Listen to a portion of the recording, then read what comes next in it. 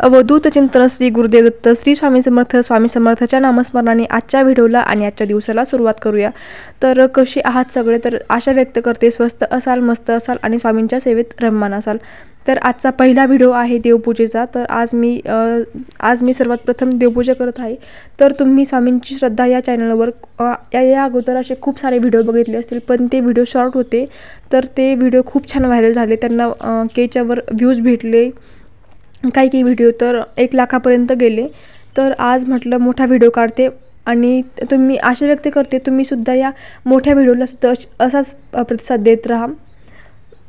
श्री स्वामी समर्थ तुम्हा सर्वांना। तर मी स्वामींची श्रद्धा, मी छत्रपती संभाजीनगर जिल्ह्यातील पैठण येथे राहणारे आहे। पैठण हे एक गोदावरी नदीच्या तीरावर बसलेलं एक गाव आहे, खूप प्रसिद्ध गाव आहे पैठणी साडीमुळं।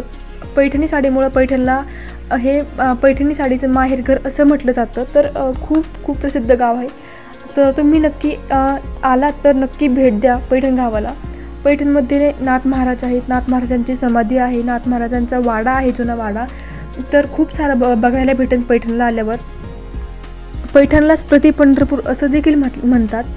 तर जशी यात्रा पंढरपूरला असते एकादशीच्या वेळी, तशीच यात्रा म्हणजे षष्ठी पैठणला सुद्धा असते षष्ठीच्या वेळेस, त्याला म्हणतात नाथषष्ठी। तर नाथषष्ठीला खूप सारे भाविक भक्त येतात, नाथ महाराजांचं दर्शन घेतात। तर तुम्ही सुद्धा पैठण गावी आला आहात का? तर कमेंट करून नक्की सांगा। तर चला वेळ वाया न घालवता आजच्या व्हिडिओला सुरुवात करूया। तर आज मी सर्व देवघर खाली घेतलं होतं, सर्व देव मी खाली घेतले होते, खूप धूळ झाली होती। तर मग देवाचे जे वस्त्र होते तर ते धुवून स्वच्छ करून वरती परत मी ठेवली होती।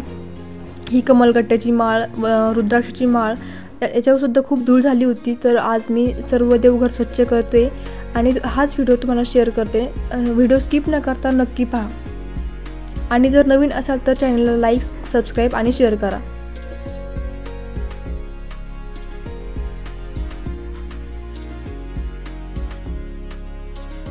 तर इथं सर्वात अगोदर मी सर्व फोटो स्वच्छ करून घेत आहे। तर फोटो स्वच्छ करण्यासाठी सुद्धा मी एक नवीन वस्त्र घेतलेलं आहे, तर त्यांनीच फोटो स्वच्छ करते। तर हा फोटो पाहिला असेल तुम्ही, तर हा फोटो मोठा देवीचा आणि तुळजाभवानी मातेचा आहे। तर ही आमची कुलस्वामिनी देवी। नंतर हा फोटो आम्ही दिवाळीच्या वेळेस घेतला होता लक्ष्मीनारायणाचा। तर ह्या फोटोची पूजा केलेलं याचं खूप सारं महत्त्व आहे। असं म्हणतात की दिवाळीच्या वेळेस लक्ष्मी आणि विष्णूची एकत्र पूजा करावी, यामुळे लक्ष्मीसुद्धा प्रसन्न होते आणि विष्णुदेवसुद्धा आपल्या घरात स्थिर राहतात। तर हे श्रीयंत्र आम्ही ऑनलाईन ऑर्डर केलं होतं, हे पण दिवाळीच्या वेळेस ऑर्डर केलं होतं, खूप छान आलं। तर हे आपले स्वामी समर्थ महाराज। तर तुम्ही यांना या अगोदर शॉर्ट व्हिडिओमध्ये खूप वेळा पाहिलं असेल। तर हा फोटो मी माझ्यासाठी घेतला होता। तर मी कॉलेजला गेले ना, तर हा फोटो सोबत घेऊन जाते। खरं सांगायचं झालं तर स्वामींची तुम्ही जेवढी भक्ती कराल ना, तर तेवढी कमीच आहे। तर तुम्ही हे पाहू शकता स्वामींची श्रद्धा, हे चॅनलचं नाव आहे। तर हे सुद्धा चॅनल माझं स्वामीमुळेच आहे। तर स्वामी आपल्याला जे देतात ना, तर ते इतकं भरभरून देतात ना, तर आपल्याला ते कधीच त्याची आपल्याला कधीच कमतरता भासणार नाही, म्हणजे मी शब्दात सुद्धा सांगू शकत नाही। तर स्वामींनी मला आजवर इतकं काही दिलेलं आहे। तुम्हाला पण सांगणं एवढंच आहे की स्वामींची भक्ती करा, स्वामींचा प्रचार करा आणि स्वामींचा प्रसार करा। स्वामींना फक्त तेवढी सेवा आवडते, बाकी काही नाही। खरं सांगायचं झालं तर स्वामी फक्त भक्तीचे भुकेले असतात, त्यांना फक्त त्यांच्या नावाचा प्रचार, प्रसार आणि जप, फक्त एवढीच भक्ती आवडते आणि तेवढ्याच भक्ती स्वामी आपल्याला प्रसन्न होतात। तर स्वामींच्या अनुभवाचं जिवंत उदाहरण म्हणजे माझं हे चॅनल स्वामींची श्रद्धा। स्वामींची श्रद्धा हे चॅनल सुरू करून मला फक्त 4 महिने झाले आणि 4 महिन्यात मला इतका चांगला प्रतिसाद भेटला, इतका चांगला असं भरभरून असं तुमचा सपोर्ट भेटला आणि मला तर वाटतं हा एक स्वामींचा चमत्कारच आहे। स्वामींनी माझ्यासाठी खूप म्हणजे खूप काही केलेलं आहे, तर ते मी तुम्हाला शब्दात सांगू शकत नाही। तर असाच एक मला स्वामींचा खूप मोठा अनुभव आलेला आहे, तर मी त्या विषयावर एक वेगळा व्लॉग बनवेल। खरंच स्वामींचं जेवढं शब्दात सांगाल ना, तर तेवढं कमीच आहे। तर असे मला स्वामींचे खूप सारे अनुभव आलेले आहेत, तर यासाठी मी एक नवीन वेगळा व्हिडिओ काढेल। जर तुम्हाला स्वामींचे असे अनुभव आलेले असतील तर तुम्ही मला कमेंट करून तुमचे स्वामींचे अनुभव सांगा, तुमचं नाव सांगा, तुमचा ॲड्रेस सांगा, म्हणजे त्यावर मी एक नवीन व्हिडिओ बनवेल आणि तो सुद्धा अपलोड करेल की त्याला असा भरभरून सपोर्ट भेटला पाहिजे आणि आपली स्वामींची भक्ती अशीच पुढे गेली पाहिजे। तर आपलं सुरू होती देवपूजा. तर आज मी सर्व देवाची पूजा करणार आहे. सर्व देव एकदम स्वच्छ करून घेतले आणि देवाची आता मांडणी करत आहे. तुम्ही पाहू शकता आपली लक्ष्मी देवीची मूर्ती आणि आपले गणपती बाप्पा यांना मी स्वच्छ करून घेतलं आहे. आणि हा एक गणपतीचा शेला मी घरीच शिवला होता. कसा आहे नक्की सांगा. एकदम छोटा आहे आणि मस्त दिसतो गणपती बाप्पाला. आणि जो आता हार पाहताय तुम्ही, तर हा हार मी शिर्डीमधून घेतला होता. खूप छान दिसतो. तर आता इथे गणपती बाप्पाची मूर्ती आणि लक्ष्मी देवीची मूर्ती मी स्वच्छ करून वरती मांडून घेतली. आता इथे मोठ्या देवीला आणि तुळजाभवानी मातेला मी मळवट भरते कुंकवाचा.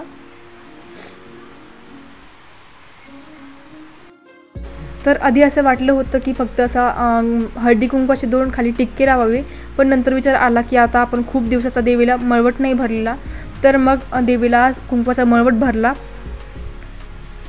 खूप दिवसानंतर असं काही वेगळं असलं का तर खूप प्रसन्न वाटतं आणि दिसायला सुद्धा छान दिसतं.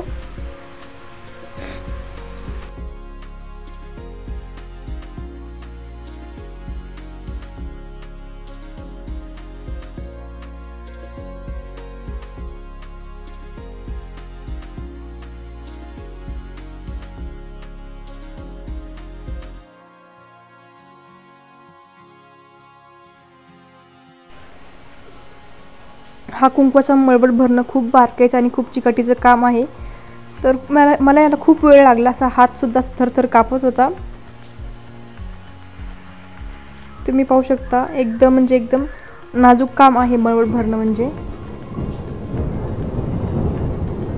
आता मला जमेल तसा मी इथे देवीला मळवट भरून घेतलेला आहे आणि आता त्याच्यावर छोटासा असा हळदीचा टिक्का लावणार आहे, म्हणजे खूप छान दिसतो.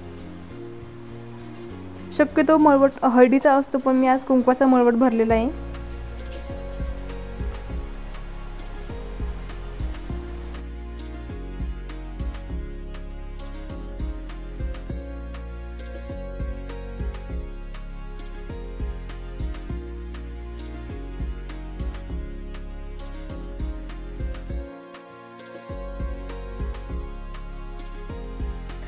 मळवट भरता खूप वेळ लागला आणि आता कुठे माझा मळवट भरून झालेला आहे आणि तो तुम्ही पाहू शकता खूप छान दिसतो.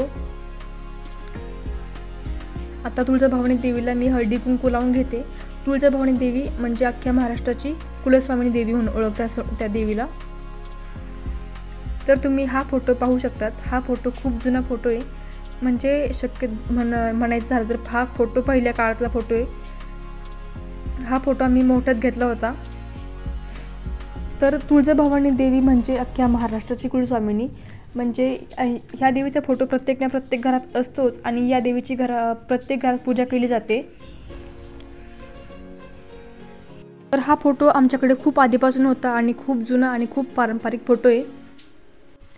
तर तुम्ही या फ्रेमवरून अंदाज लावू शकतात हा किती जुना फोटो असेल.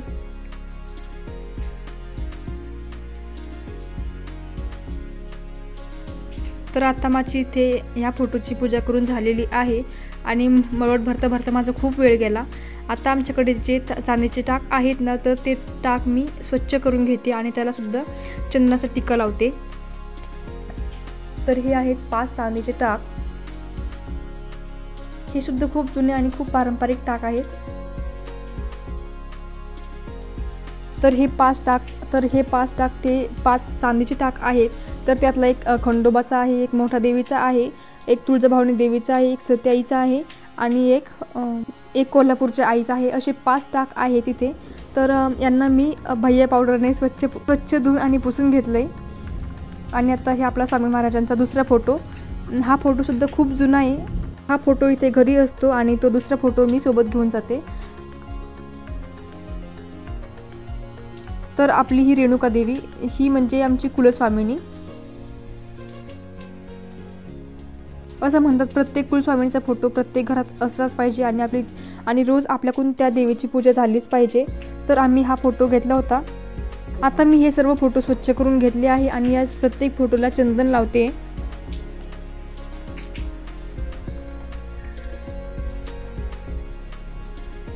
तर तुम्ही पाहू शकता ही माहूरगडची रेणुका देवी आहे आणि ही आमची कुलस्वामिनी देवी आहे. तर आता जवळपास माझी देवपूजा होतच आली आणि माझं सर्व देवघर स्वच्छसुद्धा झालेलं आहे. आणि आता आमच्याकडे जे पितळाचे देव आहेत ना, तर त्या देवाला मी स्वच्छ करून घेत आहे. तर ते देव मी स्वच्छ कसे करते आणि इतके छान इतके शुभ्र देव कसे निघतात ना, तर ते सुद्धा मी तुम्हाला सांगणारच आहे. पण आता अगोदर हे फोटो मी वरती लावून घेते. आणि माझ्याकडे जी कमलगट्ट्याची माळ होती ना, तर ती कमलगट्ट्याची माळ मी रेणुका देवीला घालते. कारण की लक्ष्मी देवीला कमलगट्टा अतिशय प्रिय असतो. आणि कमलगट्टा म्हणजे कमळच असतं, म्हणजे कमळाच्या बिया असतात. तर देवीला ते अतिशय असं प्रिय असतं. तर 108 मण्याची अशी कमलगट्ट्याची माळ आहे आमच्याकडे. तुम्ही पाहू शकता खूप मोठी आहे. मी त्याला डबल करून देवीला घातलेली आहे.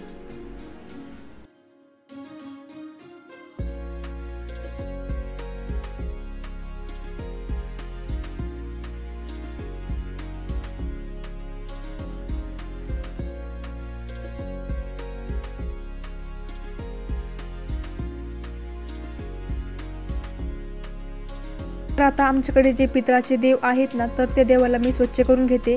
त्या दिवा, घंटा आणि हे बाकीचे पितळाचे देव आहेत.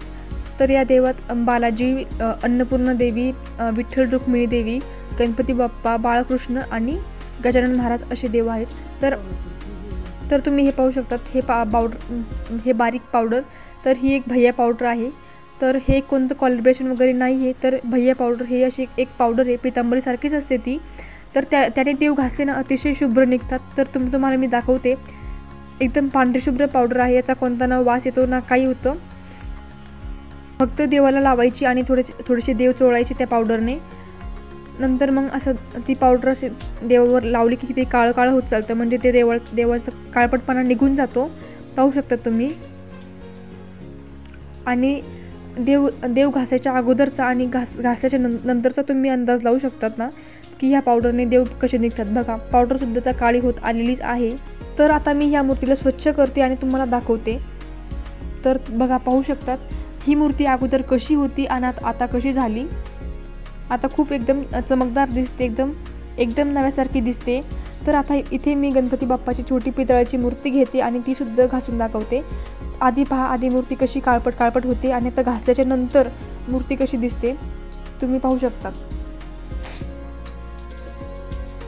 तर ही पावडर आपल्याला अशी फक्त देव असे ओले करायचे पाण्याने आणि पावडर त्याच्यावर लावून चोळायची फक्त. नंतर जो मूर्तीचा जो काळपटपणा आहे ना, तो सर्व निघून जातो. बघा, पाहू शकतात. तर असं करून मी सर्व देव स्वच्छ करून घेते. तुम्ही पाहू शकता सर्व देव एकदम स्वच्छ आणि एकदम नव्यासारखे दिसत आहेत. आता मी त्यांना चंदन लावून त्यांची पूजा देखील केलेली आहे. आता जवळपास माझी सगळी पूजा होत आलेली आहे. आणि आता मी सर्व फोटो आणि मूर्त्या वरती ठेवून दिलेल्या आहेत. आत्ता सर्वात महत्त्वाचं म्हणजे मंगल कलश. हा मंगल कलश प्रत्येकाच्या घरात असलाच पाहिजे. मंगल कलश म्हणजे आपल्या कुलस्वामिनी देवीला अतिशय प्रिय असतो. आणि ज्या घरात मंगल कलश असतो ना, तर त्या घरात मंगल ग्रहाचे काही दोष नसतात, दोष लागत असतात आणि त्या घरात देवी सदैव वास करत असते. तर हा कलश आमच्या घरात खूप आधीपासून आहे. तर मी फक्त यातलं पाणी बदललं आणि आता याची पूजा करून घेते. खाली एका प्लेटमध्ये तांदूळ ठेवायचे किंवा कोणतीही रास घालायची. त्याच्यानंतर तांब्याचा तांबणवरती ठेवायचं, त्यात पाणी टाकायचं, हळदी, कुंकू, अक्षता, कवडी टाकायची आणि नंतर वरती नारळ ठेवायचा. हा आपला मंगल कलश असतो. आता जो नारळ वरती ठेवायचा असतो ना, तर त्या नारळाला मी मळवट भरून घेते. मळवट म्हणजे वरती चंदन लावायचं, चंदनाचा गोल टिक्का लावायचा आणि त्याच्यानंतर एक कुंकवाचा टिक्का लावायचा. याची देखील रोज पूजा करायची नित्यनेमानं. तर हा कलश इथे मी मांडून घेतलेला आहे. तर आता माझी जवळपास सर्व पूजा झालेली आहे. आणि आता मेन म्हणजे हे स्वामी महाराज. आता यांना ठेवायचं कुठं, तर यांना पण मी एक जागा केलेली आहे. तर तुम्ही पाहू शकता पूर्ण व्हिडिओ पूजेनंतरचा. ही माझी फायनल पूजा. तर कसा वाटला व्हिडिओ, आवडला असेल तर नक्की सांगा. लाईक, शेअर, सबस्क्राईब नक्की करा. कमेंट सांगा, तुमचे अनुभव सांगा की जेणेकरून मी दुसरे तुमच्या अनुभवावरचे व्हिडिओ करून यूट्यूबला टाकू शकेल. असाच सपोर्ट करत राहा. आणि सर्वात महत्त्वाचं, व्हिडिओ पाहिल्याबद्दल मनापासून आभार. धन्यवाद. श्री स्वामी समर्थ.